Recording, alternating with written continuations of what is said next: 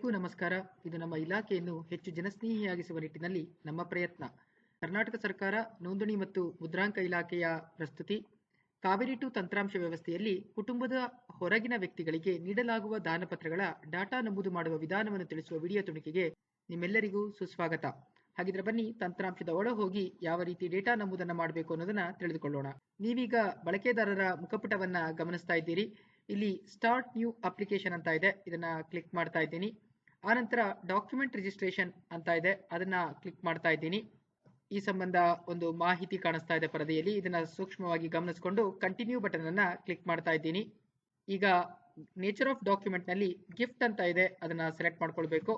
ಆನಂತರ ಆರ್ಟಿಕಲ್ ನಲ್ಲಿ ಗಿಫ್ಟ್ ಅಂತ ಕಾಣಿಸ್ತಾ ಇದೆ, ಆಯ್ಕೆ ಮಾಡಿಕೊಂಡು ಸಬ್ ಆರ್ಟಿಕಲ್ ನಲ್ಲಿ 28A where the donee is not a family member of the donor immovable ಅಂತ ಇದೆ, ಇದನ್ನ ಆಯ್ಕೆ ಮಾಡ್ಕೊಳ್ಬೇಕು. ಆಯ್ಕೆ ಮಾಡಿಕೊಂಡು ಕಂಟಿನ್ಯೂ ಬಟನ್ ಅನ್ನ ಕ್ಲಿಕ್ ಮಾಡ್ತಾ ಇದ್ದೀನಿ. ಈಗ ನಿಮಗೆ ಪರದೆಯಲ್ಲಿ ಅಗ್ರಿಕಲ್ಚರ್, ನಾನ್ ಅಗ್ರಿಕಲ್ಚರ್, ಮಿಸ್ಲೇನಿಯಸ್ ಅಂತ ಹೇಳಿ 3 ಆಪ್ಷನ್ ಕಾಣ್ತಾ ಇದೆ. ನಾನಿಲ್ಲಿ ಅಗ್ರಿಕಲ್ಚರ್ ಆಪ್ಷನ್ ಅನ್ನ ಸೆಲೆಕ್ಟ್ ಮಾಡ್ಕೊಳ್ತಾ ಇದ್ದೀನಿ.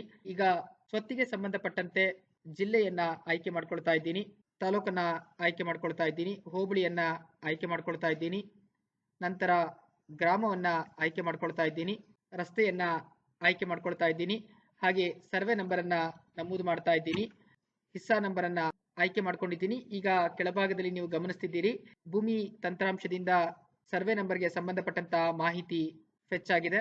Select property and continue button ಅನ್ನ ಕ್ಲಿಕ್ ಮಾಡ್ತಾ ಇದ್ದೀನಿ. ಸ್ವತ್ತಿಗೆ ಸಂಬಂಧಪಟ್ಟ ಸಂಕ್ಷಿಪ್ತ ವಿವರ ಕಾಣಿಸ್ತಾ ಇದೆ, ಗಮನಿಸಿ. Save property and continue button ಅನ್ನ ಕ್ಲಿಕ್ ಮಾಡ್ತಾ ಇದ್ದೀನಿ. ಇಲ್ಲಿ ಸ್ವತ್ತಿಗೆ ಸಂಬಂಧಪಟ್ಟಂತೆ ವಿಸ್ತೀರ್ಣ ಮತ್ತು ಸ್ವತ್ತಿನ ಸರ್ವೆ ನಂಬರ್ ನಿಮಗೆ ಕಾಣಿಸ್ತಾ ಇದೆ.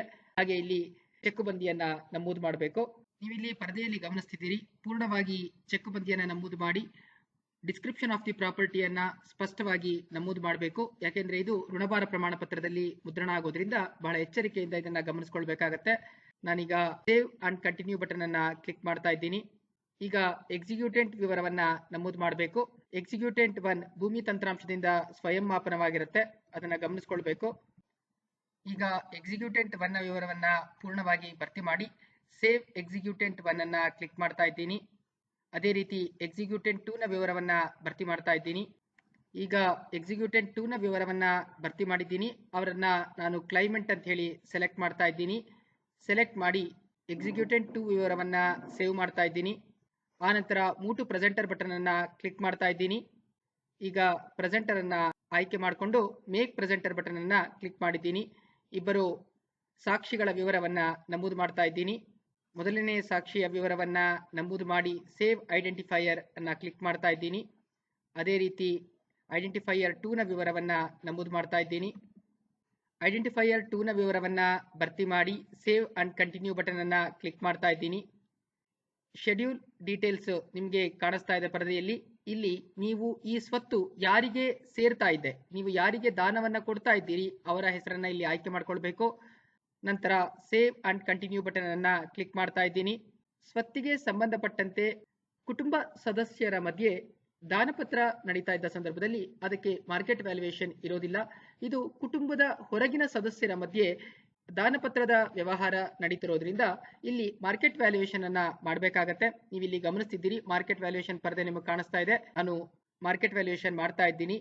ನೀವು ಅನೆಕ್ಷರ್ ರೂಲ್ಸ್ ಗಳಿದೆ. ಈ ಸ್ವತ್ತು ಏನಾದ್ರೂ ಕಾರ್ನರ್ ಪ್ರಾಪರ್ಟಿಯಾ ಅಥವಾ ಇಂಡಸ್ಟ್ರಿಯಲ್ ಯೂಸೇಜ್ ಪ್ರಾಪರ್ಟಿನ, ಸಾಕಷ್ಟು ಇಲ್ಲಿ ಅಂಶಗಳನ್ನ ನೀವು ಗಮನಿಸ್ತಿದ್ದೀರಿ. ಈ ಅಂಶಗಳ ವ್ಯಾಪ್ತಿಯಲ್ಲಿ ಏನಾದ್ರೂ ನಿಮ್ಮ ಸ್ವತ್ತಿದ್ರೆ ಅದನ್ನ ಬಾಕ್ಸ್ ಅನ್ನ ಕ್ಲಿಕ್ ಮಾಡಬೇಕಾಗತ್ತೆ. ಇಲ್ಲ ಅಂದ್ರೆ ವ್ಯಾಲ್ಯೂಯೇಟ್ ಬಟನ್ ಅನ್ನ ಕ್ಲಿಕ್ ಮಾಡಬೇಕು. ಮಾರ್ಗಸೂಚಿ ಬೆಲೆಯ ಆಧಾರದ ಮೇಲೆ ಆ ಸ್ವತ್ತಿನ ಮೌಲ್ಯ ಎಷ್ಟು ಅನ್ನೋದು ನಿಮಗೆ ಗೊತ್ತಾಗ್ತಾ ಇದೆ.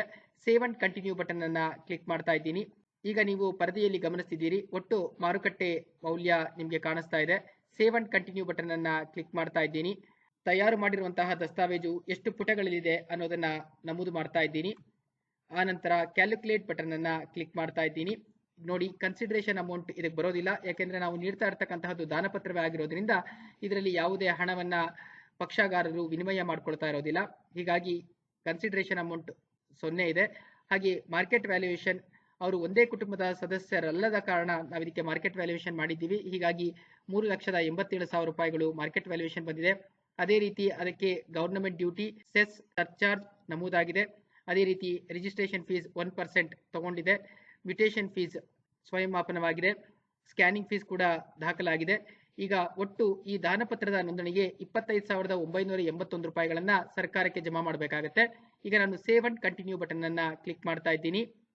ನೀವು ಈ ಪರದೆಯಲ್ಲಿ ಗಮನಿಸ್ತಿದ್ದೀರಿ, ಡಾಟಾ ನಮೂದಿಗೆ ಸಂಬಂಧಪಟ್ಟಂತಹ ಸಂಪೂರ್ಣ ವಿವರ ಕಾಣಿಸ್ತಾ ಇದೆ. ಇದನ್ನ ಪೂರ್ಣವಾಗಿ ಗಮನಿಸಿಕೊಂಡು ತಯಾರು ಮಾಡಲಾದ ದಾನಪತ್ರದ ಕರಡು ಪ್ರತಿಯನ್ನ ಇಲ್ಲಿ ಅಪ್ಲೋಡ್ ಮಾಡಬೇಕಾಗತ್ತೆ. ನಾನೀಗ ಅಪ್ಲೋಡ್ ಮಾಡ್ತಾ ಇದ್ದೀನಿ. ದಾನಪತ್ರದ ಕರಡನ್ನ ಅಪ್ಲೋಡ್ ಮಾಡಿದ್ದೀನಿ. ನೀವು ಪ್ರಿವ್ಯೂ ಬೇಕಿದ್ರು ಕೂಡ ಇಲ್ಲಿ ನೋಡಬಹುದು. ಹಾಗೆ ಪಕ್ಷಗಾರರ ವಿಳಾಸ ದೃಢೀಕರಣ ಮತ್ತು ಗುರುತಿನ ದೃಢೀಕರಣ ಹಾಗೂ ಸ್ವತ್ತಿಗೆ ಸಂಬಂಧಪಟ್ಟಂತ ಇತರೆ ದಾಖಲೆಗಳನ್ನ 5 MB ಮೀರದಂತೆ ಸ್ಕ್ಯಾನ್ ಮಾಡಿಕೊಂಡು ಅದನ್ನು ಕೂಡ ಅಪ್ಲೋಡ್ ಮಾಡ್ತಾ ಇದ್ದೀನಿ. ನೀವಿಲ್ಲಿ ಗಮನಿಸ್ತಿದ್ದೀರಿ. ಹಾಗೆ ಎಕ್ಸಿಕ್ಯೂಷನ್ ಡೇಟ್ ಯಾವುದು ಅನ್ನೋದನ್ನ ಆಯ್ಕೆ ಮಾಡ್ಕೊಳ್ತಾ ಇದ್ದೀನಿ. ಸಬ್ ರಿಜಿಸ್ಟ್ರಾರ್ ಆಫೀಸ್ ಸ್ವಯಂ ಹಾಗೆ ಎಕ್ಸಿಕ್ಯೂಷನ್ ಡೇಟ್ ಅನ್ನ ಆಯ್ಕೆ ಮಾಡ್ಕೊಳ್ತಾ ಇದ್ದೀನಿ. ನೋಡಿ, ಉಪನೋಂದಣಾಧಿಕಾರಿ ಕಚೇರಿ ಸ್ವಯಂ ಮಾಪನವಾಗಿದೆ. IT ಆಕ್ಟ್ ನ ಕೆಳಗಡೆ 2 ಡಿಕ್ಲರೇಷನ್ಸ್ ಇದೆ. ಇದನ್ನ ಪೂರ್ಣವಾಗಿ ಓದಿಕೊಂಡು ಇದಕ್ಕೆ ಸಮ್ಮತಿಸಿ ಅಗ್ರಿ ಅಂಡ್ ಸಬ್ಮಿಟ್ ಬಟನ್ ನ ಕ್ಲಿಕ್ ಮಾಡುವ ಮೂಲಕ ಕುಟುಂಬದ ಸದಸ್ಯರಲ್ಲದ ವ್ಯಕ್ತಿಗಳಿಗೆ ಸ್ವತ್ತನ್ನ ದಾನ ಕೊಡುವಂತಹ ಸಂದರ್ಭದಲ್ಲಿ ಯಾವ ರೀತಿ ಕಾವೇರಿ 2 ತಂತ್ರಾಂಶ ವ್ಯವಸ್ಥೆಯಲ್ಲಿ ಡಾಟಾ ನಮೂದು ಮಾಡಬೇಕು ಎನ್ನುವ ಅಂಶವನ್ನ ತಿಳಿಸಿಕೊಡುವಂತಹ ಪ್ರಯತ್ನವನ್ನ ಈ ವಿಡಿಯೋ ತುಣುಕಿನಲ್ಲಿ ಮಾಡಿದ್ದೇವೆ. ಎಲ್ಲರಿಗೂ ಧನ್ಯವಾದಗಳು.